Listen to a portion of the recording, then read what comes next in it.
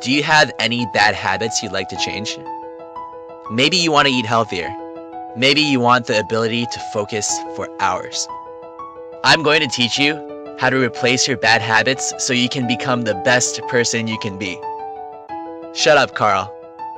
Did you know that 50% of the things we do are habits? I mean, it makes sense.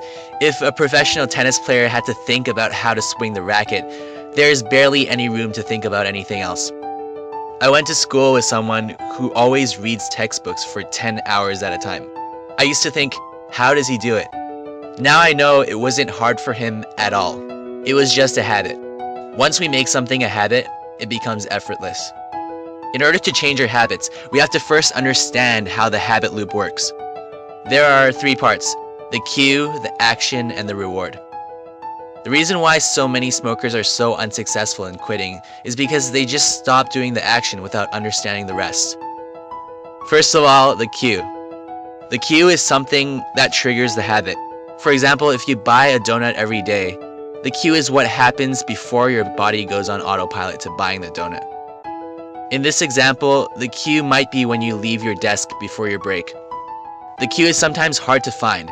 So click on the link above after you watch this video. It links to my blog where I explain what the cue is in more detail. Next is the action.